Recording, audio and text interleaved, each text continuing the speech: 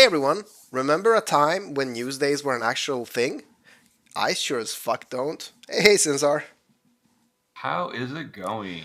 It's not great, I'm fucking sick, I'm swamped at work, which is also why we haven't been doing these, and kind of your and my schedule has been misaligning, hasn't it? Yep. But at But least we're here today, now, right? yes, today we get to hang out. Nice, nice. I've been looking forward to this, I've been missing this, I can say. But let's do like a special, let's talk about both the two, so the previous banner and the upcoming one. How about that? Sounds good. We did miss it last week. Or I should probably say the current banner and the upcoming one, actually, so people are not confused. Yeah. I've been completely gone for this game for a week. Like I've been logging in, I've been doing my dailies. That's basically what I've been doing. So I haven't been catching up with anything, but I do see that there is a new GLEX unit called Lunar Festival Cleome. And doing a 10+1 on her banner gave me a chow, which made me super happy, not gonna lie. But what is this Cleome unit? Like, she's a mage with a katana. We see a lot of this shit. Well, what's up with that? Um, Global definitely does like to sometimes make units that use unusual weapon types. For example, Lilith has her mace. Now we've got a katana mage, which you just don't really see many of I from mean, we JP, had which is Laswell, right? Like we had. Is he the only one? there's also Cal, who's like a hybrid, so technically Oh him. yeah, yeah, yeah. But yeah, it's very unusual for mages to be katana based. Um, But Cleome is yeah, here, and she's a brave shift unit. And for those, like, first of all, why Cleome? Like Cleome is not a GLEX unit. She's just a normal story unit. Some of you might remember her partnering up with Axstar and trolling you to World's End when you keep pulling that shit from your 10 out of 10 tickets. Y- But like, why her? yeah. I'm not entirely sure. I would assume it's just straight like they're like marketing research, whatever. Because I'm the same way. I felt like Cleome, what, why? This is so dumb. But Yeah. just reading chat from the community, so many people say Cleome's their favorite season 3 unit. Wait, So what? I I I, barely I know was who she is. Okay, but I mean, I I feel the same way, and I'm apparently I know I'm going to be like upsetting people, but a lot of people like Cleome. I was shocked when I kept saying like Cleome, who cares? And trust me, a lot of people do. okay, okay. No, no, I trust you. I mean, she like there was something interesting going on with Cleome. I also liked the type of unit she was when she was with Axstar in her first NB. And I mean, I guess like people are just suckers for little girl samurais. So yeah, like makes sense. Makes sense. Okay, so she's actually a brave shift unit. So we're going away from SLB unit, but she seems to be a mage in both forms. Is that true? Yes, she's a true brave shift unit, and this it depends on how you approach this. How we can say a lot of people have been actually complaining that her two forms are literally identical. The only difference is there's like one extra skill in each form, Okay, and that's and that. that Wow, people. that's actually pretty sad. Well, okay. Then now let me play devil's advocate for a moment because Okay. I Well, I think guess this like is. two forms is always good for equipment, right? Like that. Yes, That's good. exactly. Yeah. Exactly. I think she was originally an SLB unit, and Gumi has heard the feedback and realized how much everyone hates SLB units. So they literally took the SLB unit, copy pasted the kit into two forms, and it's still the same unit. I think this is dramatically superior to the same unit being SLB because we can do two Yeah. Yeah. forms. We can gear one form for bulk, morale fill, utility items, and then Agreed. keep Agreed. the other form as damage. But So I think maybe they missed the memo a bit. Like I think that most players, or okay, no, what I would like to see, I'm not gonna speak for others, is this is great design. I'm perfectly fine with one form being vastly, worse than the other, or one of them being vastly superior. But then the form that you're just supposed to gear, I would like to see some type of utility in, at least a little bit. You can just put in stuff like resistances, mitigations. Does she have any of that in this base form that people are saying is useless? Uh, the only thing the base form has that the ship doesn't is her ice and dark imbue that you're probably never going to use. So Oh, really? yeah, Why? So, yeah, what is her element? Maybe I should have started there. What is her element? fire. Fire is her primary. Yeah, she's So very she's a heavily fire based. 150% fire unit then, right? Yes, and she technically has permanent 100 amplify to fire as well. Oh wow, that's pretty nice. It's decent for. Okay, well, technically it's decent for sustained. The problem is she's starting from such a low point that even though it's really good for sustained damage, like her modifiers are so freaking Yeah, low. I did see your sheet, and I did see that she falls a bit behind. Like she's still, I mean, she's still in the top, but she does fall behind the very top, at least. Mm-hmm. Which of course then makes it even harder to find a slot for her if she doesn't also bring something unique to the team, like let's say Ayaka bringing that 100% ice amp to the entire party, and similar. Okay. But I mean, I guess like it's still a strong unit. It's a katana waifu. I'm guessing a lot of people pulled for this. And Sinzar, I heard that you didn't pull, but that you shittered. Is this true? Yes, I used a Envy guaranteed 10+1 ticket, the one you get from the Adventurer crest. Not on banner, just pure off banner pull, but I happened to use it during this week, meaning she was. So it's like a one in 120 chance of getting that unit from the EX pool, and that's who it was. Wow, that's an uncanny coincidence because I also got a 10 out of 10 ticket, 2 days ago, I think, and I Mm-hmm. also pulled it, and I also pulled Cleome, Axstar and Cleome, and that was a lot of fun. Like I Oh, don't know why this unit keeps trolling me. Oh my god! Like I actually used Axstar and Cleome a bit when they first came out. I thought it was a fun unit, but like oh my god, I keep coming back to this, and I said this to myself as I pulled that and almost threw my phone out the window. Is don't you feel we really need a pool refinement by now? yes and no. We definitely need something to be done, but I don't want them to just refine the pool and do nothing else because that does remove a lot of really good STMRs. And some of the units are still good. Even some of the old units are still very good. If they do a pool refinement, which does need to be done, they need to add some kind of unit of choice system for Neos. That was the entire Yeah, point of the either original that or Neo like a DLC. unit of choice system for their STMRs and TMRs and cards. Cards we have, right? If you pull on a premium Well, banner, you get cards.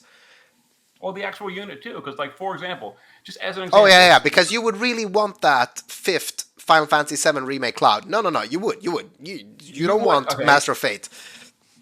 That's a bad example, but for example, let's say Starlight Elena, when she got her intrinsic, if she's no longer in the pool and you'd never pulled her, you should have a way to UOC her if you want to, or like, something like that. Wait, how is that a good Like, example? Starlight Elena is also okay, so useless by it's now. it's by now, yeah. So that was an example that if she had been purged when her intrinsic came out 6 months Oh, ago, right, it would right, have right. felt bad. Yeah, but I think this is less about cutting out a date and maybe more about cutting out units that are just absolutely, Rain.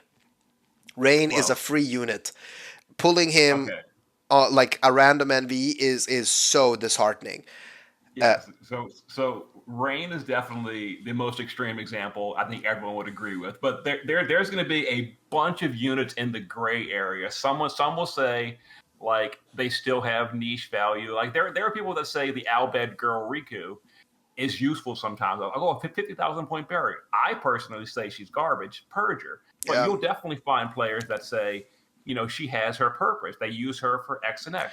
That's Okay, what I'm okay. saying. So But I just have a just just suggestion. just add the UOC, and then everyone's happy. Yeah, but I think that they don't want to do that because that opens this big bag of negativity that the previous UOCs were.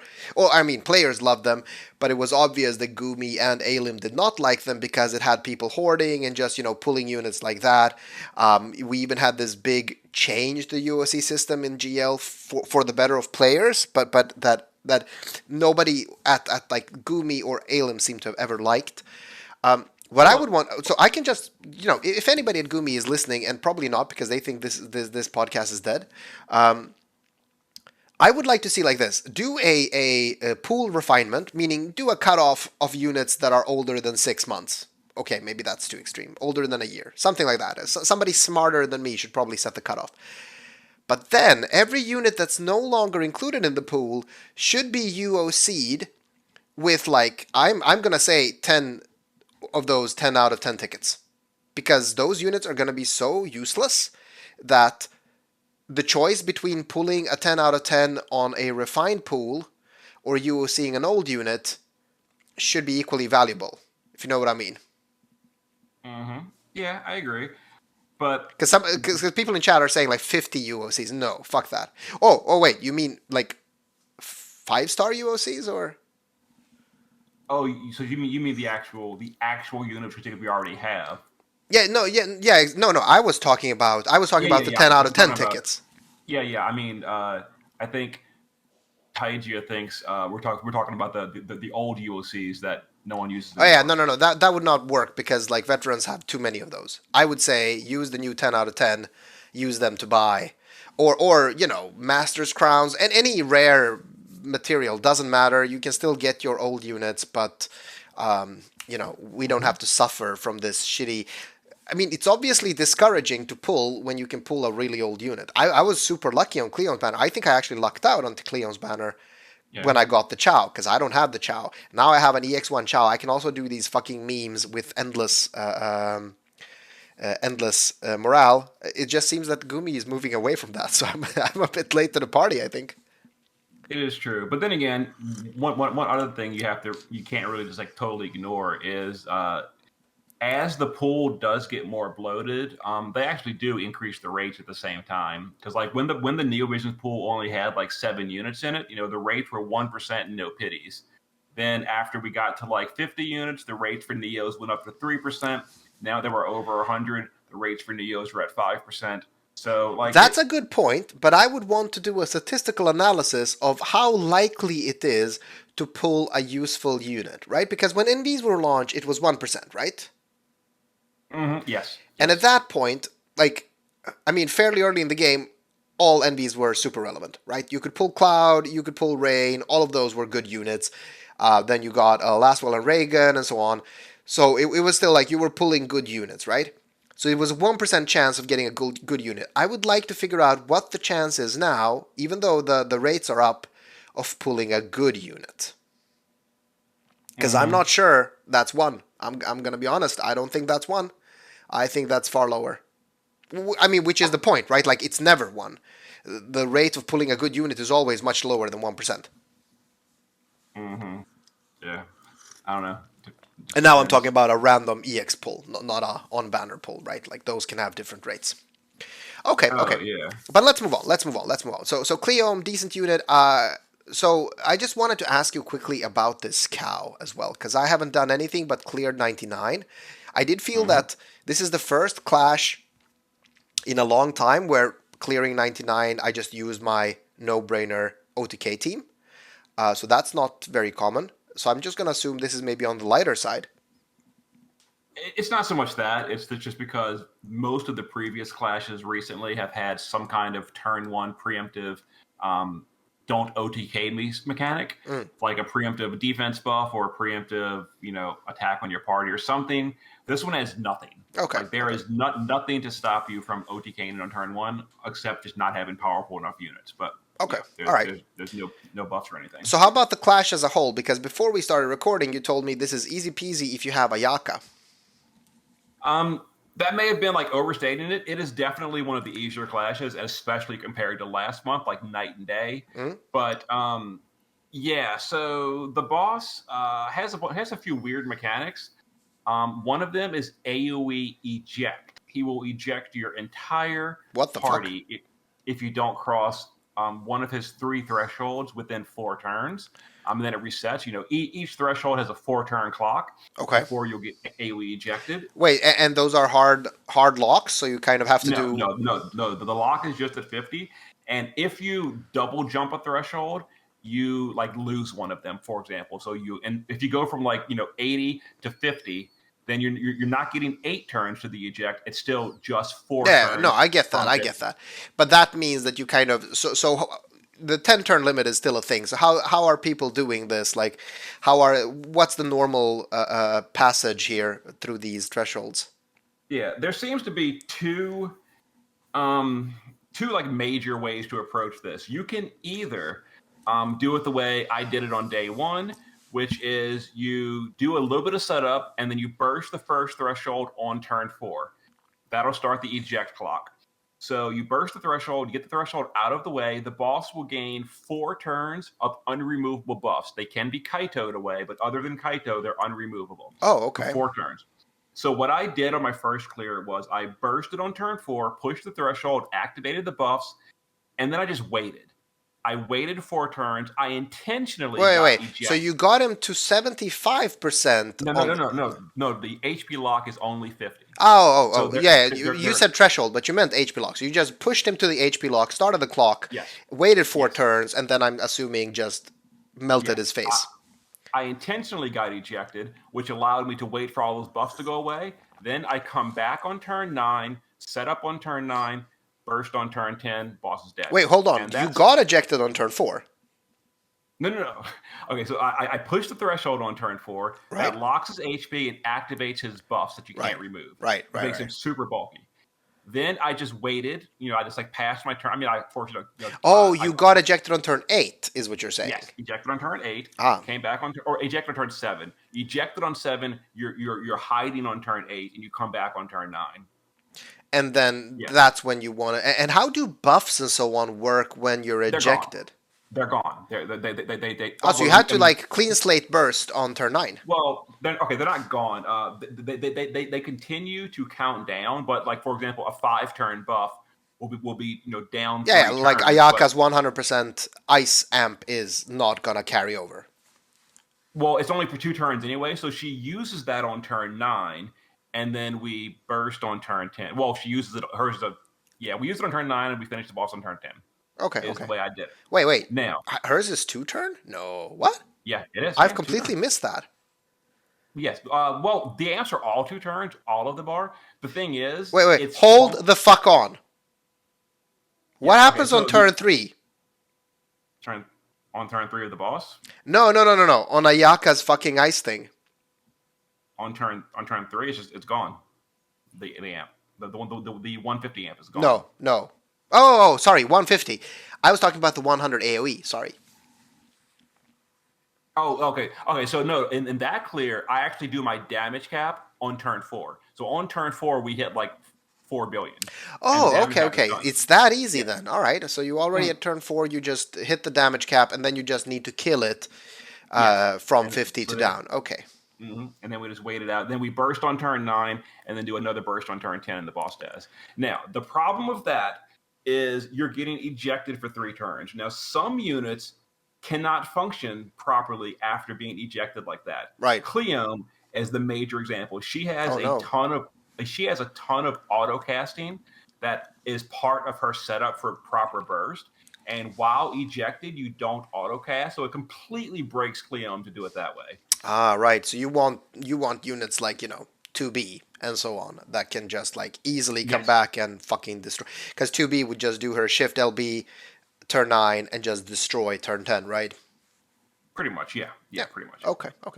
Well, let's not go too much into detail. This is not a review of cow, but thank you so much for sharing a bit of that insight.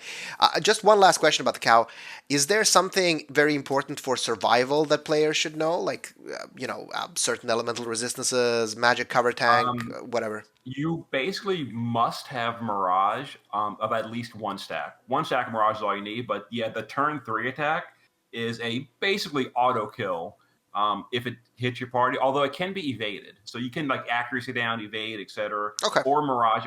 1 stack Mirage is all you need. But if it hits your party, you're dead. Yeah, 1 stack Or mirage feels pretty easy. And then on the other turns, do you need any type of tank? magical cover tank is recommended, and then a single target provoker. But other than that, it's pretty easy to survive this Oh, draw. nice, It's nice. It's very very Seems non-threatening. pretty chill. Maybe something I'm gonna do as I'm recovering from my sickness. Okay, cool, cool. All right, now we've talked too much about the old banner. Let's actually move on to the super exciting, overpowered unit that's coming this week. That also happens to be your favorite unit. Arts. It's I Bartz wouldn't. and I Kriel wouldn't. or Kriel. Kriel? I don't know. I always say Kriel, but Yeah, apparently I get names wrong all the time, so I guess yeah. it's not Kriel. It's fine. It's fine. We can say Kriel. We can say Kriel.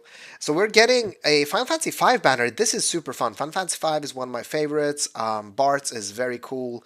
I like Kriel too, actually, and I also love that Exdeath is embracing his inner tree. So it seems like we're getting NVA Exdeath, and then Bartz and Kriel, right? Mhm. So once upon a time, you joked saying that Bartz is going to be the new overpowered windbreaker, but I'm assuming that was just a joke because he doesn't even have the breaker tag. He does have a Oh, kick-ass sprite though. that was that was before he came out. That was just speculation before he actually was released. Oh, but I thought you knew Yeah. from like JP. Mm-mm. No. I kept saying because JP was going through their cycle of releasing, the copy paste element. We had like return Axstar and then Mm, return Reagan, etc. And we didn't have the Wind version yet, so I kept saying it's time for Final Fantasy V. We haven't had the Windbreaker, so that's going to give Barth the Windbreaker tag. all right, all But they right. didn't actually. They made him a Wind DPS instead. Yeah, and he Time has for a balling fucking sprite. So he is the so when I played the translation of Final Fantasy V, this was called the Wanderer, if I remember correctly. The base class or adventurer maybe the base class that can basically equip anything is in his base Mhm. form, and then he turns into a Mystic Knight in his shift form, and he looks absolutely amazing in both forms. So what is Bart's then? He seems to be a DPS. Yes, he's a Wind Burster or a sustained damage, lightning, fire, or light element damage Okay, dealer. so a versatile unit. Kind of, not Okay, really, you don't seem super because happy about it. because all he does is damage and it's low. Like Oh, it's just like let's compare it to Sephiroth, let's say the new less. upgrade. So less than upgraded Sephiroth. That's a bit of a Well, weird okay, no, okay, no. Hold on now. Actually, I'm saying that just by I'm used to Sephiroth having dark leader skill on JP, and there's no wind leader skill, so that's why I immediately said no. Okay, okay, Without leader skills, I'd have to check, but probably very similar. okay, okay, somewhere Bart's around is there. actually probably higher because he has higher base stats. They have the exact same modifier, the exact same amplify, but Bart's does probably have higher stats without a leader skill. Okay, So okay, Bart's probably higher before leader skills, and okay. So still a strong there's still no unit. win leader. So there is a Mm-hmm. reason for fans to pull on it. I like that. I like that. Although, as you're saying, like future proofness is difficult because there is no wind leader, and unless we get a wind leader in GL, which is fairly unlikely, I feel like wind is a very neglected element. Although ice was as well, so who knows? But he's not maybe that future proof because you might not be using him as leader abilities come. Yeah, there is like one dark visions I think coming before leader skills become a thing, where wind is a weakness or something like that, and bards can be good. So like he is going to have his moment. That's how JP does. JP will release a unit even if the unit is bad. They will have a fight custom designed for that unit to punish players that skip a bad unit Right, right, right. because Yeah, exactly. gacha design. So, All so right, all right. yeah, so the perfect example to compare Bart's to is Nelica.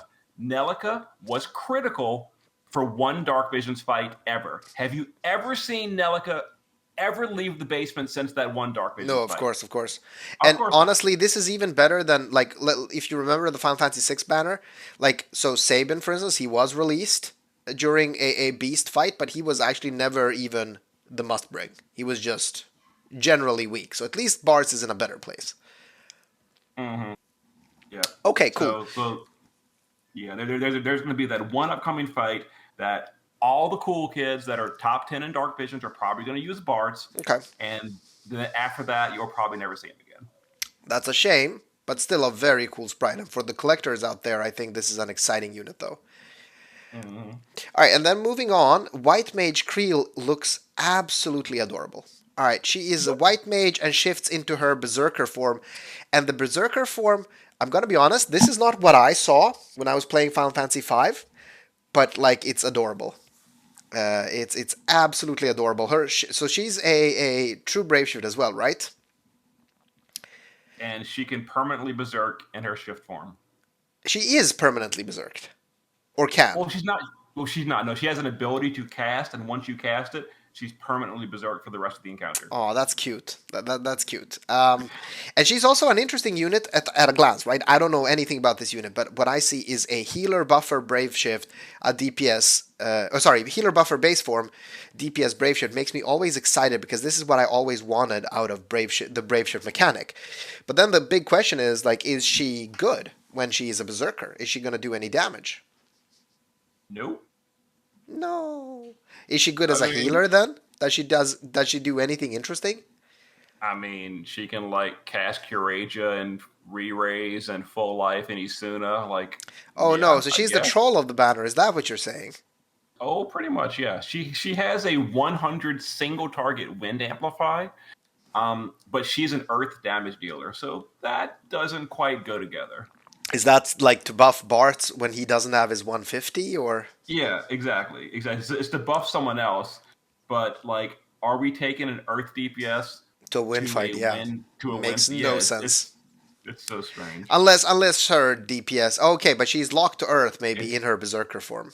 Yep, Oh, and oh, okay. it's pretty low. Well, she's soft locked because it's her LB is naturally Earth element. You can mix elements in with imbues, but Yeah, yeah. she's locked to Earth. Yeah, yeah, yeah. Usually, we before back in the day, we said that was locked. We started saying soft lock now because you can mix elements, but like an element on your LB usually means that's the element.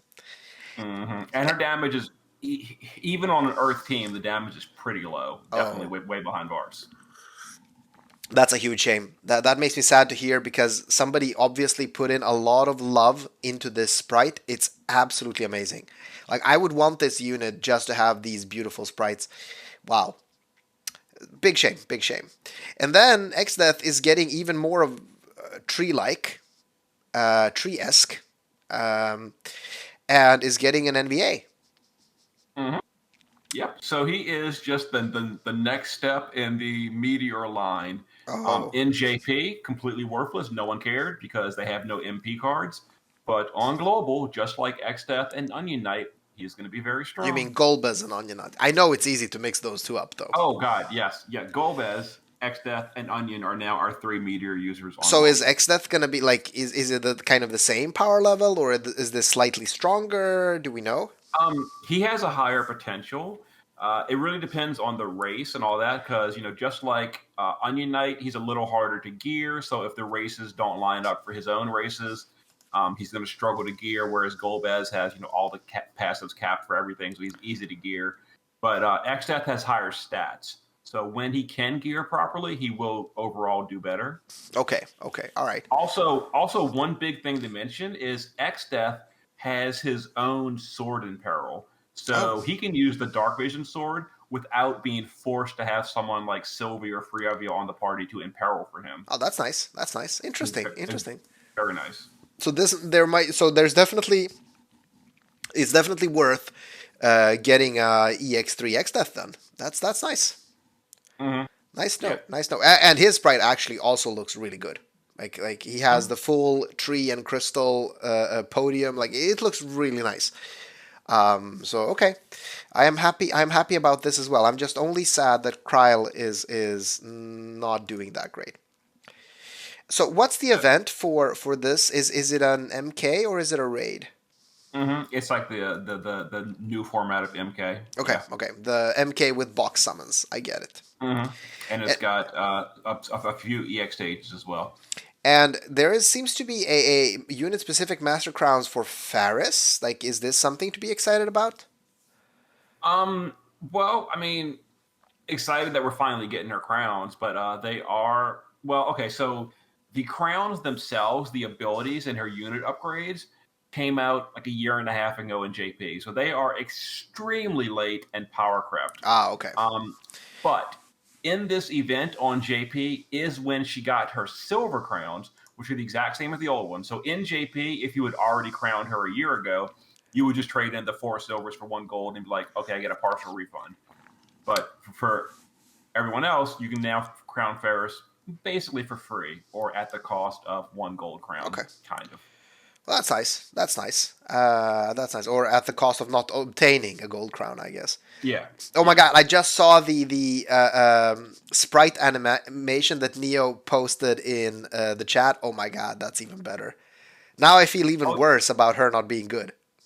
oh yeah. Kriel definitely looks really well. I think the little what do you even call that? Like the tabby suit? Yeah, I would say that that looks very much like a tabby suit. And I remember playing Final Fantasy V and kind of like thinking that the berserkers in that kind of just have like a, a tiger's head and like a kind of a shoulder thing just on, like being very much barbarians, but she's just adorable.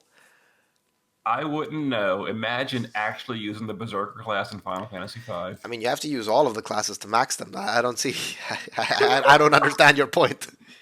Mystic Knight and Ranger all the way. Yeah, I don't know. I just liked having. I love class games because I like just having fun and testing out different classes. So that's what I liked. All right, but I have to wrap up. Actually, this has been a long episode, but I have to wrap up because time is running short. But big thanks, Okay. Sinzar, for joining in. Sure thing. Fun to do it again. Absolutely, and just all jokes aside, of course, the podcast is not dead. It's just been a really tough. I'm gonna talk about it at some point, like a really tough Christmas and New Year's and so on for me. But yeah, this is at least the start to the comeback, right? Mm-hmm. Cool. All right. Thanks everyone for chilling. Have a great day. See you later.